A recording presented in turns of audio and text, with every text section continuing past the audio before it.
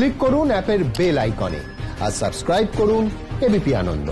সব সময় থাকুন খবরে।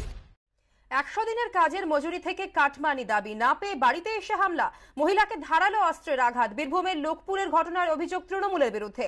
পারিবারিক বিবাদের জের অভিযোগ অস্বীকার করে পাল্টা দাবি তৃণমূলের।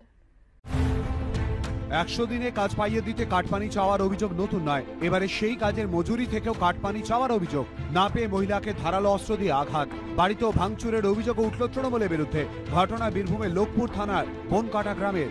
এখানেই থাকেন 60 বছরের ছেপি বাউরি। পরিবার সূত্রে খবর, সম্প্রতি মহিলার ব্যাংক অ্যাকাউন্টে 100 দিনে কাজের মজুরি জমা পড়েছে। অভিযোগ, খবর পেয়ে বুধবার রাতে কাটমানি দাবিতে বাড়িতে চড়াও হন তৃণমূলের লোকজন। মহিলার সঙ্গে তার নাতিকেও মারধর করা হয় বলে অভিযোগ।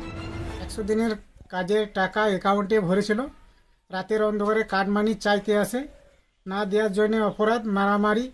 আমার মাকে ধারালো অস্ত্র দিয়ে কোপ মারে, আমার বিটিকেও মাটিতে ফেলায় আঘাত মারে। তৃণমূলের ছেলেরা আসে কাটমানি চাইতে, ভাঙাভাঙি করলো সবাই। সিউড়ি জেলা সদর হাসপাতালে চিকিৎসাধীন মহিলা। কাটমানি চাওয়ার অভিযোগে তৃণমূলকে বিত্তে ছাড়েনি বিজেপিও।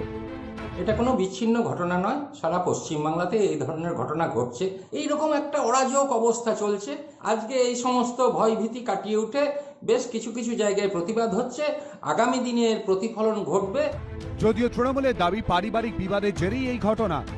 আমরা যেটা তদন্ত করে জেনেছি, যেটা পুরোপুরি ওদের ব্যক্তিগত পারিবারিক সমস্যা, এখানে দলের কোনো সম্পর্ক নেই। আমরা বারবার প্রকাশ্যে বলছি, আমার জেলা সভাপতি বলছেন যে কেউ কোথাও কাটমানি দেবেন না। তবুও কোথাও কোনো বিক্ষিপ্ত ঘটনা ঘটেছে, আমরা বলেছি পুলিশকে এই ব্যাপারে নিরপেক্ষ ভূমিকা নিয়ে তদন্ত করে দোষী ব্যক্তিদের বিরুদ্ধে বিলম্বে সাজার ব্যবস্থা করতে হবে। তৃণমূল হামলার অভিযোগ উড়িয়ে দিলেও তাদের লোকজনের বিরুদ্ধেই থানায় অভিযোগ দায়ের করেছেন আক্রান্তের পরিবার। গোপাল চট্টোপাধ্যায়, এবিপি আনন্দ, বীরভূম।